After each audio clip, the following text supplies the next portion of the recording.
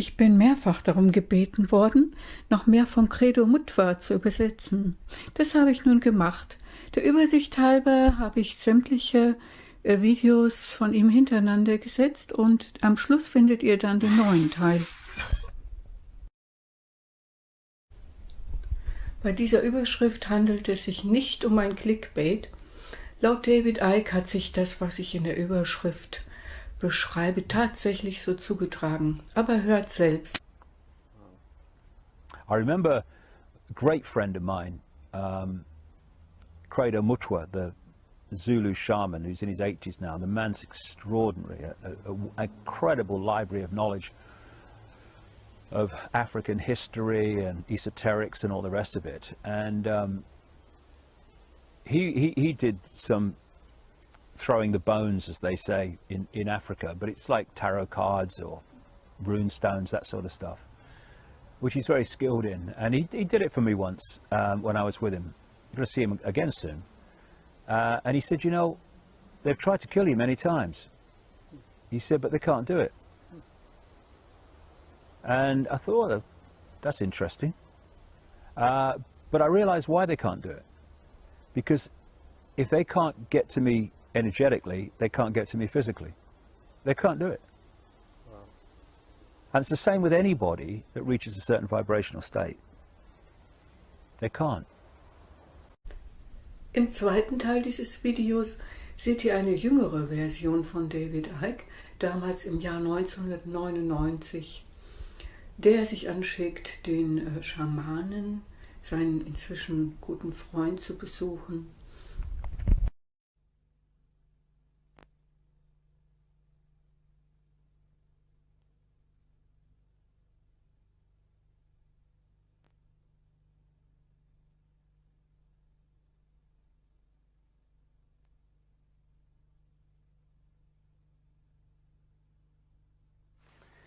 Hello and welcome to Africa, this enormous and astonishing continent. South Africa, to be more precise, just a short drive outside Johannesburg. And I'm here to talk to a remarkable man, Credo Mutwa. When I first came to South Africa about 18 months ago, within 2 or 3 days I was introduced to Credo Mutwa. I'd never heard of him at the time, but from the moment I met him, I didn't stop listening and he didn't stop talking for at least 5 hours. And within the first few minutes I realized I wasn't just in the presence here of a man of great knowledge, and he's certainly that.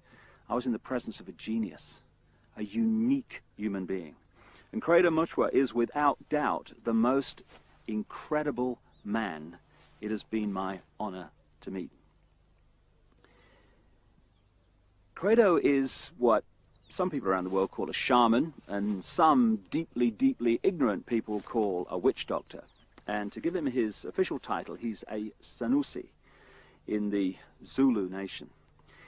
Sanusi is the carrier, the keeper of the ancient knowledge of so much, including the ancient knowledge of history of Africa, where all this came from, where the people came from, what the truth of history is, instead of the largely nonsensical version of history that we get through the universities and the schools from very, very well-educated professors, you know. There are only 2 Sanusis left in South Africa. Credo is one. And that's terrifying, because it means the true version of the history of this continent is dying.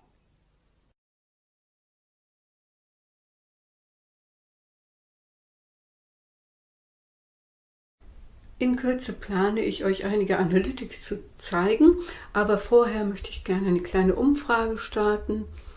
Und zwar mit der Frage, was denkt ihr? Schauen mehr Männer oder mehr Frauen meinen Kanal? Ihr könnt es rechts oben anklicken. Wir beginnen mit einer seltsamen Geschichte, einer verrückten Geschichte, würdet ihr denken.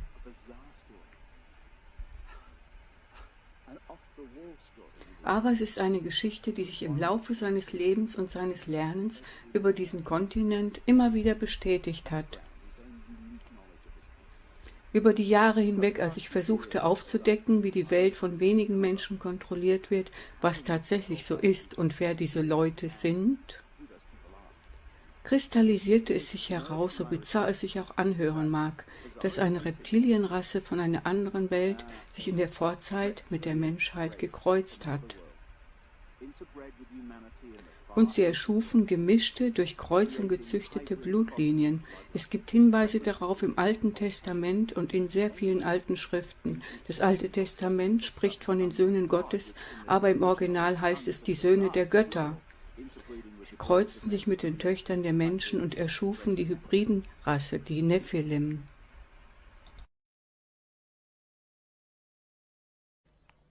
These gods were the literal gods of the ancient people. And they used to sacrifice people literally to the gods. And these crossbreed bloodlines, as ancient accounts tell around the world, were put into the positions of ruling royal power in the ancient world. And then, as is happening today, when you do the genealogy of the ruling families and the ruling positions of power in the world, be they the 42 presidents of the United States up to Bill Clinton, be they the British royal family, be the aristocracy of Europe, any of these key ruling elites, the top of the banking system, the top of the global business system, you hit the family lines which go back to these same ruling lines of the ancient world, royal lines, that the ancient accounts say were the crossbreeds between humanity and these reptilian gods. In other words, a reptilian extraterrestrial race has been controlling planet Earth for thousands of years to this day and putting its genetic compatible bloodlines into the positions of power as presidents, prime ministers, banking leaders, business leaders, etc. And this explains so many things, where we get the divine right of kings from, the divine right to rule because of the bloodline, the genetics. Why these ruling families of the aristocracy and the royal families have always incessantly interbred with each other, just as the Eastern establishment families of the United States do, that produce so many presidents and banking leaders and administrators of government in the United States. And astonishingly, bizarre as I keep saying, and seemingly ridiculous as this story may be from our conditioned perspective of life and reality, when I started talking to Credo Mutwa from his African experience and knowledge of the most staggering depths and variety, he tells exactly the same story that I have uncovered around the world, exactly in great detail.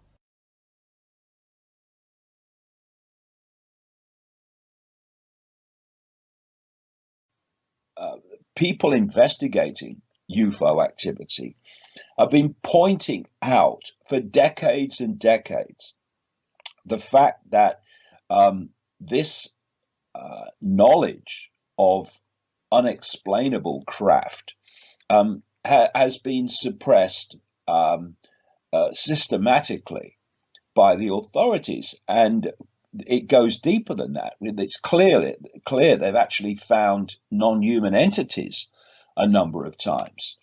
Credo Mutwa, the Zulu shaman, told me that years and years ago that they found what are called grey aliens in the bush, and he said it's amazing, basically, how quickly military vehicles turn up when they're found, take them away.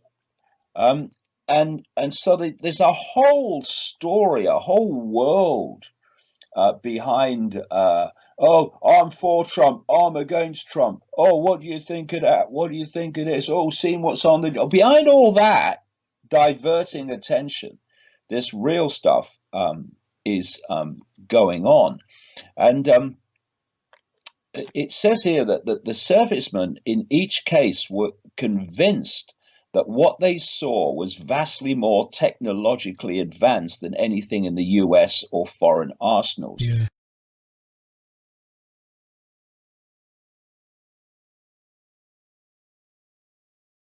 David Icke sagt hier, dass Credo Mutwa genau das bis ins Detail bestätigt, was David Icke in seinen Büchern schon geschrieben hat.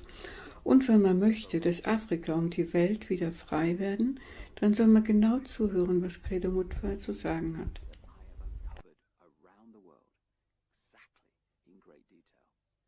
Africa and the world is ever going to be free, and we are, then they have to listen to this man, and they have to listen now.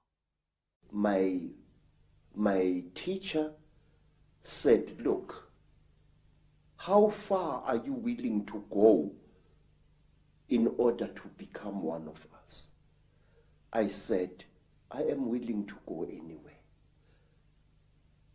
He looked at me and he said, listen, educated man, we are tired of people like you. White men come amongst us to milk our minds and then to kill us. We want to be sure that we can trust you. Die Initiationsriten für Schamanen in Afrika sind ziemlich heftig. Ich möchte euch nur vorwarnen vor dem, was nun kommt. Das ist nichts für zarte Gemüter. I am willing to do anything. He said, are you? I said, yes. And then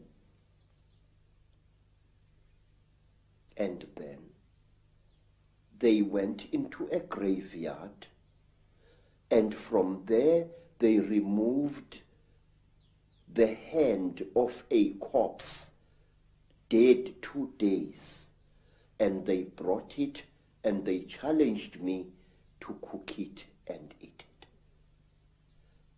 I did so. And these were the peoples who first told me about a race of highly intelligent beings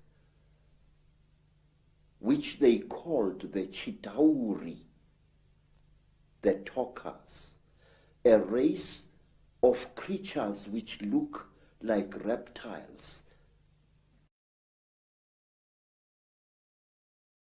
Hallo, nachdem ich nun einige andere Themen behandelt habe, geht es wie versprochen weiter mit Credo Mutwa. Es wäre hilfreich, wenn ihr, bevor ihr dieses Video anschaut, euch das eingeblendete Video noch anseht mit dem Namen David Icke, Credo Mutwa, Aliens, Reptiloide im afrikanischen Busch. A race of creatures which look like reptiles, who have ruled the world for hundreds, if not thousands of years. Through this dreadful act, I was able to gain knowledge which was denied to even the highest sangomas, because they would not go through the ritual I went through. This is how secret knowledge is protected in Africa. Why, Credo, have you chosen to reveal this knowledge now to a much, much wider audience? Mr. David, please, Africa is dying. Africa is being murdered. And we are sitting like bloody fools.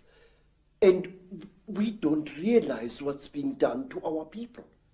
Sir, I have proof that can stand in any true court of law that the disease called AIDS is a man-made disease. And this disease is going to kill 3/4 of South Africa's black people within the next 10 years. Sir, there are wars in Africa which make no sense to me as a black man. In Africa, we find wars where a group of rebels challenges a government and tries to fight against it. And then these wars end in the total destruction of that particular country, where neither the rebels nor the government wins anymore. And Why? Because you find this force of rebels facing the government, and all of a sudden the rebel army splits into little factions which start fighting each other and not the real enemy. And soon it becomes a situation where everybody is fighting everybody else and the whole thing is getting nowhere. I say that these wars which are destroying Africa this way are orchestrated by forces from outside Africa.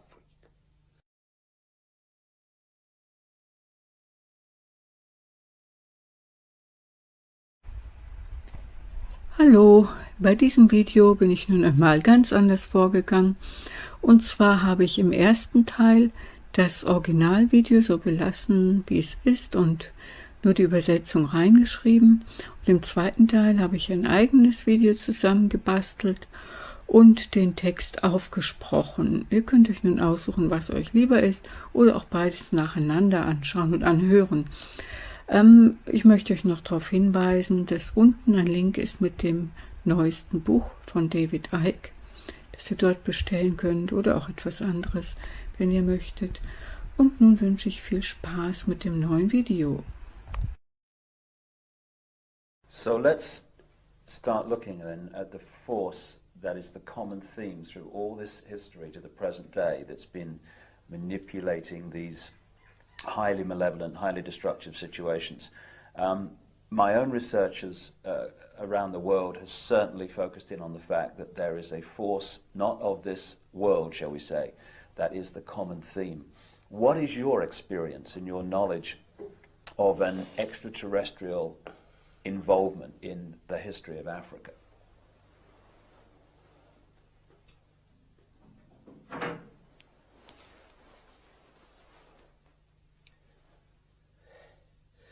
One of the most secret stories that was revealed to me, sir, is about these beings. This story was revealed to me first in Barotsident, then in the country today called Rwanda, once known as Rwanda-Urundi. Then I learned about this story at that time on the foothills of Mount Kilimanjaro. This is the story, a story you find throughout Africa.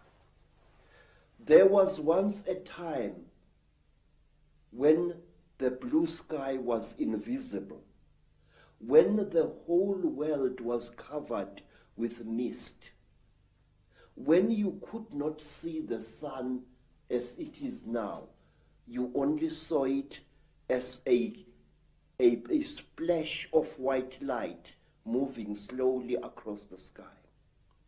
At that time, there was an eternal drizzle every day of the year. At that time, people could not see the stars. People only saw the trees growing, trees which were very, very big. There was no desert at that time, only jungle everywhere where you went. At that time, sir, people were what we call in Zulu, ngubili. A human being was both male and female in one body. And out of the sky, one day came terrible objects. They were like gigantic bows made of huge gleaming gold. They were shaped like bows without strings, and they were bigger than the biggest mountains. They came out of the sky bringing great noise, black smoke, and fire with them. And out of those huge objects came them. At that time, human beings could not speak. We had no gift of language at that time. And people had, however, great mental power. A man would go into the bush and, using the power of his mind, actually call out an animal which he wanted to hunt and kill for his children. And the animal would appear and kneel down before the man, and the man would kill the animal and take it home.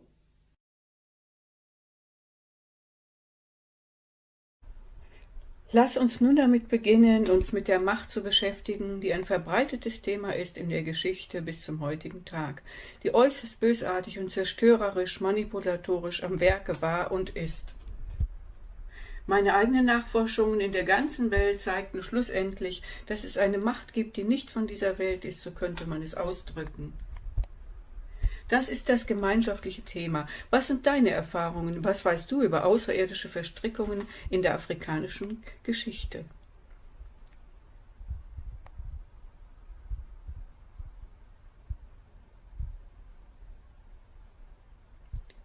Eine der geheimsten Geschichten, die mir offenbart wurde, handelt von diesen Wesen.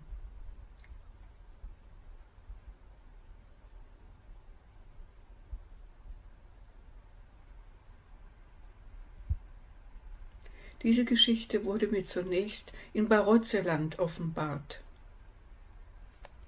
danach in einem Land, das man heute als Ruanda bezeichnet, früher bekannt als Ruanda-Urundi.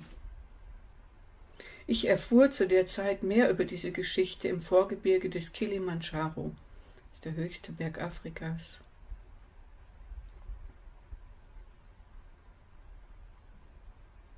Dies ist die Geschichte, eine Geschichte, die man überall in Afrika vorfindet. Es gab eine Zeit, als der blaue Himmel unsichtbar war, als die ganze Welt in Dunst eingehüllt war.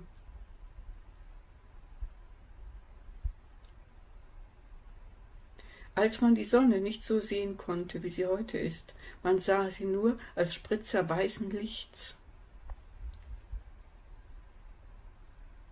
das sich langsam am Himmel bewegte. Zu der Zeit gab es einen unaufhörlichen Nieselregen an jedem Tag des Jahres.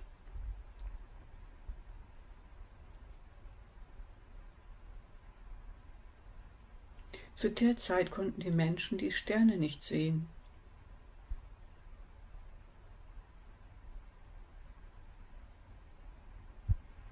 Sie sahen nur die Bäume wachsen, Bäume, die sehr, sehr groß waren. Es gab keine Wüste zu der Zeit, nur Dschungel, überall, wohin man auch ging.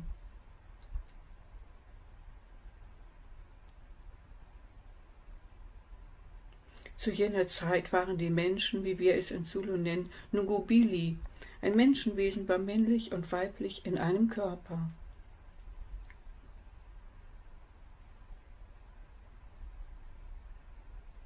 Eines Tages kamen schreckliche Objekte aus dem Himmel.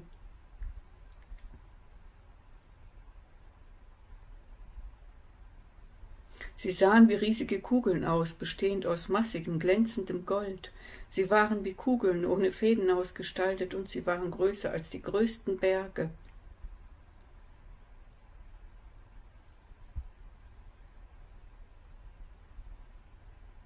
Sie kamen mit großem Lärm, schwarzem Rauch und Feuer aus dem Himmel heraus.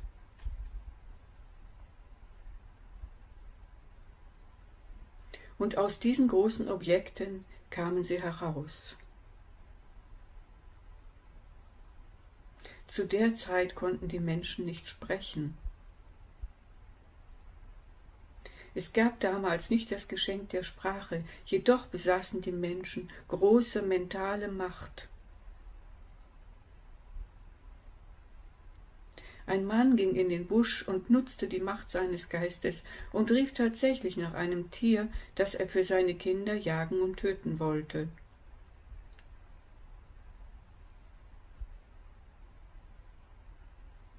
Und das Tier erschien und kniete vor dem Mann nieder, und der Mann tötete das Tier und nahm es mit nach Hause.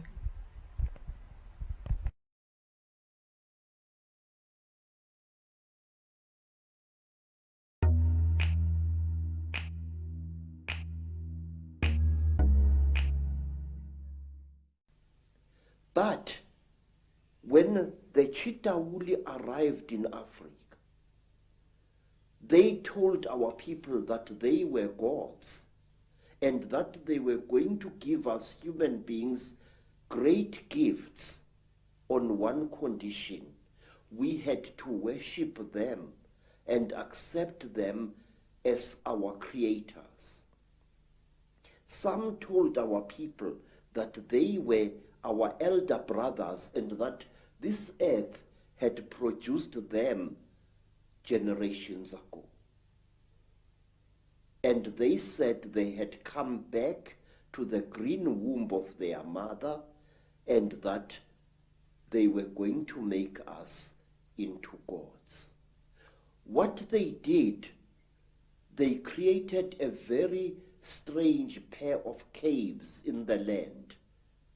They dug 2 caves. In one cave was a green light, in another cave was a red light. And they drove human beings into these caves. And each human being had to choose which cave the human being wanted to go into. And those who went into the green cave came out as women. And those who went into the red cave came out as men. And then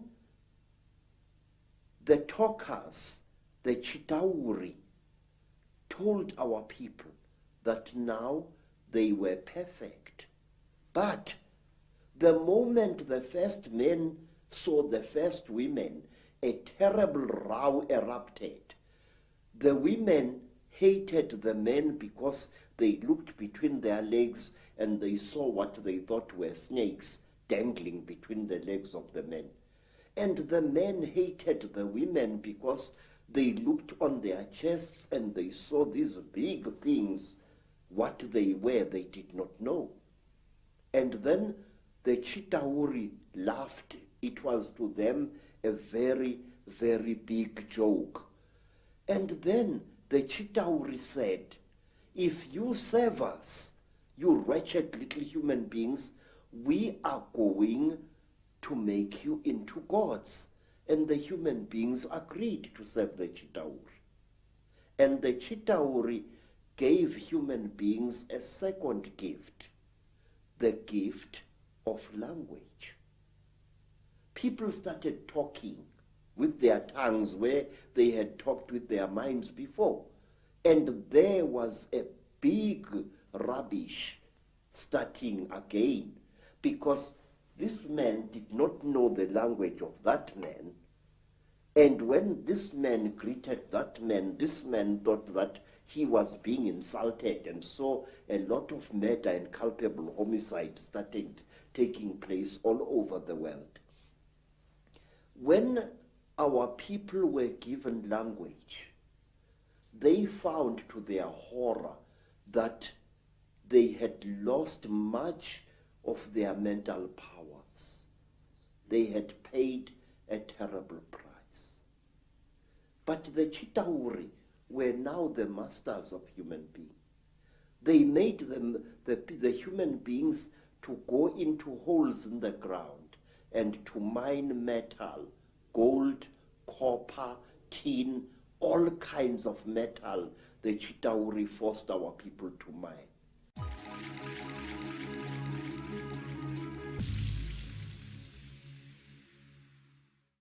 You're saying exactly the same as I've come across.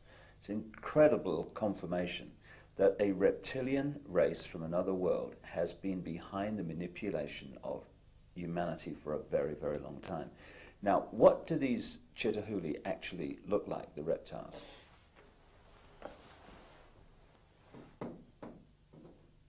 I'm not a good artist, You're better than me, that's for sure. but this is how we believe the Chitauri look like.